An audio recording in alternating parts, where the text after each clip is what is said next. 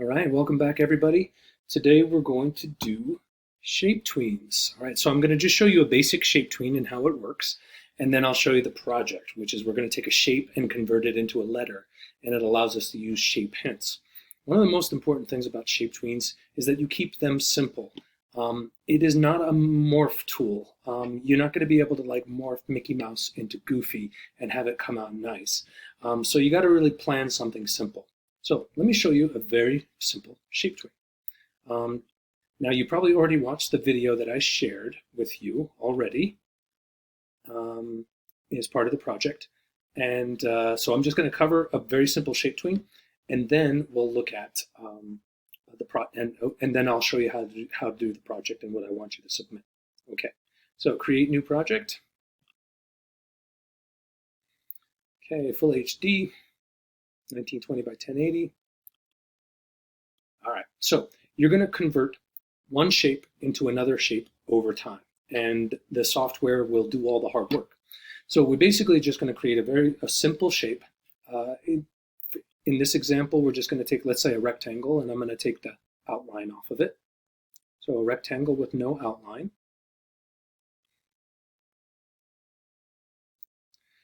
And then I decide how much time I want. Let's just say I want it to take place over 2 seconds. And then I'm going to put in a blank keyframe, F5. Okay. Did I do F5 or F6? I don't know. Oops. Hold on, let me do that again. Okay. It keeps doing. Oh, I'm sorry, F7, duh. I'm going crazy. That gives me a blank keyframe. So basically, I'm going to have this square, square, square, square, square, and then it's going to convert into whatever shape I put here. Shape tweens are the only kinds of tweens where you can't use a symbol. It has to be a raw vector shape that you're converting into another raw vector shape. So in this case, I'm going to take my circle here, and then on frame 48, I'll draw something else. I'll create another shape. Let's say an oval, and I can even change the color, because you can shape tween. When you shape tween something, it'll even change color. So I'll have my purple square turn into a green circle over time.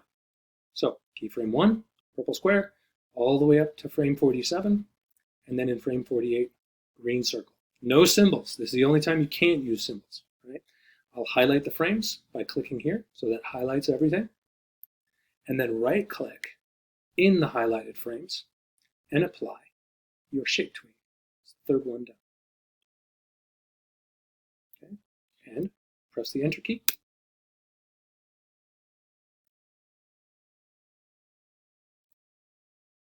Okay, and Adobe Animate tells you it's a tween because you have the little arrow, but you can also see by the color of the tween that it's a shape tween. Orange is the color. What can you use this for? All kinds. If you wanted to create water drops falling, if you wanted to have a flag waving, or if you wanted to have maybe a piece of clothing on an individual swaying in the breeze, then a shape tween might be perfect for that. Okay. All right, so now what we're going to do is I'm going to show you what I mean, one use of a shape tween. Okay. So I'm going to add a new layer, delete layer 1, and I'm going to get rid of some of that time. Right? So I'm going to highlight the time I don't want, right click, and clear frames, or remove frames. There we go. Okay, and now I have back to just one frame. All right, so I'm going to take a shape like a square. So, and I'm going to place it in the center of the stage. So click the Align panel, Align to Stage, and Align Horizontal, and Align Vertical Center. Okay. All right. So now at the 2-second mark, I'm going to put something else to change into. So F7, blank keyframe, And in this case, I'm going to put in a letter. So, and I'm going to pick a nice bold font like Impact and a nice large font size like 400 and just type one letter. And I highly recommend a simple sans serif bold font so that it keeps it pretty simple. I'm going to type in the letter V, capital V. All right. So I've got a capital V. And remember, it can't be a symbol. And the way that Adobe Animate sees text is it sees it as a special object. You see the blue bounding box around it. So I just want to break it apart. It's the same thing we did with the photograph. When we imported a photograph, Command or Control B on your keyboard. And now it looks like a letter V, but it's not. It's really just a shape that happens to look like a V. Okay, it's no longer text and it's no longer editable.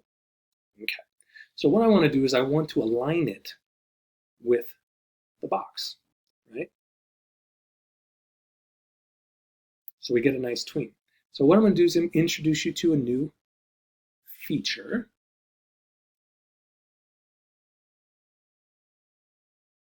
All right, hold on. All right, so I'm going to turn on. Where is it? There we go, Onion Skin. Sorry, took me a second.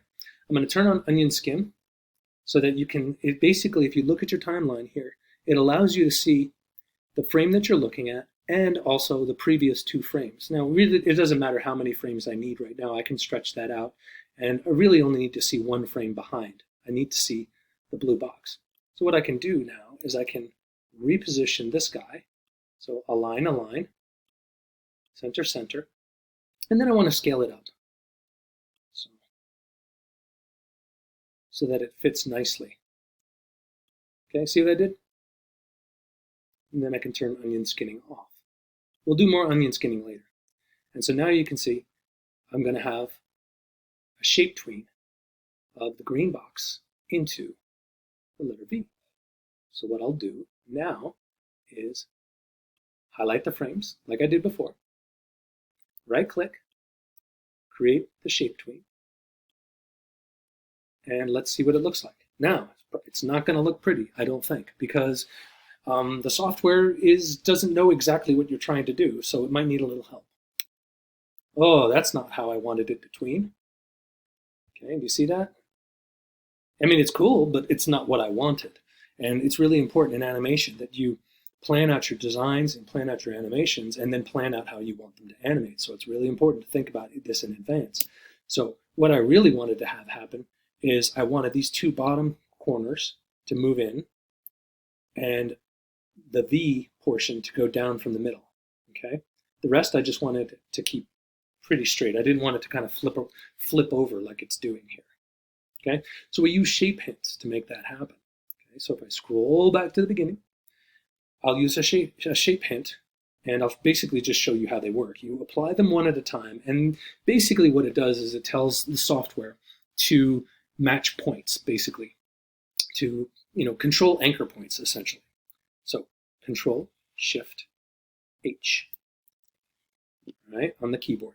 So hold down the Control key, hold down the Shift key, and then press the H key, and you'll get your first shape hint. So what I'm going to do is I place that on a point I want to control. So I'll control this point here. Now the corresponding point is going to be way down here. So I scroll my timeline down, and there is the sister shape hint. I'm going to put this on this corner. So these two corners, this corner and the original corner on the box, are going to stay matched. See? Okay. You'll see it take better shape once we start adding more shape hints. All right. So add another one. Control, Shift, H. There's B. Put that at the bottom corner. Okay. Go to the end and fix the sister. Okay, and it snaps into place. Look for that snap. That's important. All right, go back to the beginning again. Control, Shift, H, and add the C anchor point. Okay, and then the corresponding one at the end. And you'll start to see if you scrub, it's starting to come together. It's much more what I intended it to be. Okay, maybe the last one, who knows? Control, Shift, H. put it in place. We don't know how many we're going to need. And then go to the end and fix anchor point D. Scrub, is it what you wanted? Yeah, that's pretty much what I wanted. And so there's really no science to it. It's more of an art. You basically just keep adding shape hints until the shape does what you want it to do. So keep in mind, shape tweens are complex, and so it's really difficult to tween very complex illustrations. It's really for tweening very, very simple shapes in a variety of different ways. And we'll look at them in the future. We'll look at some other things that you can do. I have another project that illustrates another thing that you could do with a shape hint. But right now, you know what a shape tween is, how to make one, and now you know how to control it using shape hints.